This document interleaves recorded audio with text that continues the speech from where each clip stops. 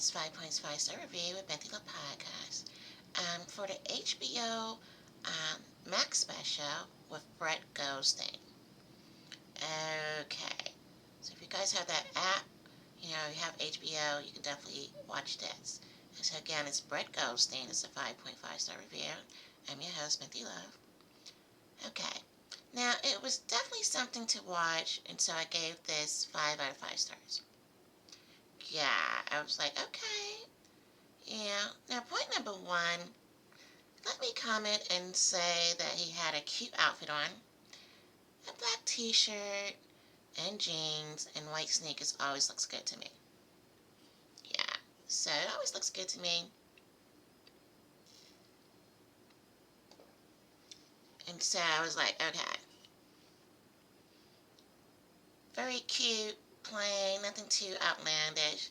Remember when comedians used to be like, okay, we're going to wear crazy looking outfits, because we just want to be a funny looking person,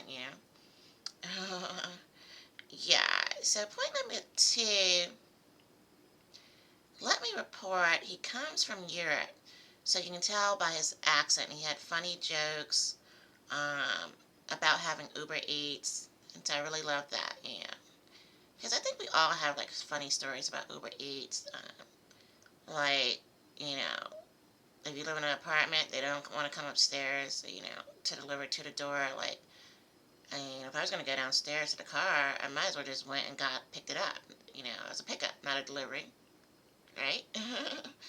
And so, just different things Uber Eats look like a lot, because I think they're really Uber drivers too, so they deliver your food, deliver this, yeah.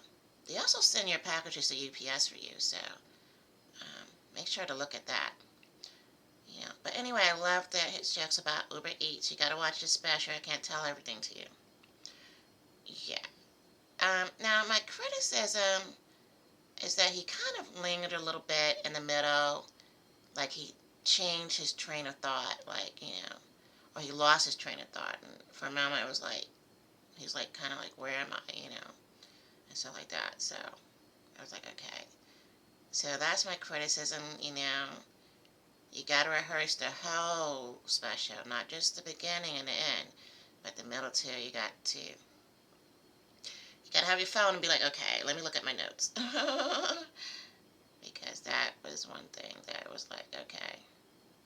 Kind of lost a little bit of that, but he bounced back, which happens, It definitely happens. Okay, so the MVP moment, which is point number 4, an MVP moment again is just a moment where you're like, okay, I'm glad I'm watching this. This point right there made the whole thing worthwhile. I just love his candor about real life attitudes of men. I thought that, was funny. He speaks about the real life, how men really feel. You know, because we always think, men don't really tell you how they feel and things of that sort. So he talks about how men really, really, really, really feel. And I thought that was good also. And I thought that was funny.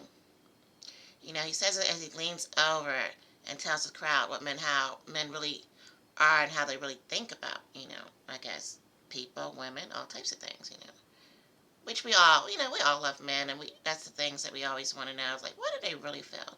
What are they really thinking? Because a lot of times it's like, we don't know, because men like keep things to themselves, And that's an issue, things that most people have. So I like that he, commented on that and things of that sort. Um, so again, this was a really good special. I liked it. Very, very funny. Yeah, a good night. Just hanging out in the house and watching that. Okay, now moving on to point number 5. Um, I loved his comments on loving musicals, but plays are boring. Yeah, you see me hat, ha ha ha ha. But yeah, you love musicals, but the plays are boring. And I thought it was just me. I was like, is it just me?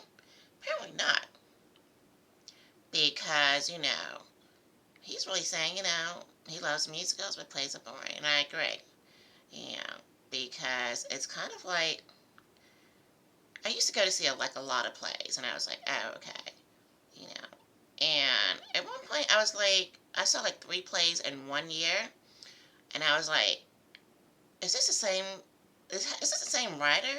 Are these the same actors and actresses? It seemed all the same, and I realized I only see 1 play a year because I feel like otherwise, everyone's singing the same song.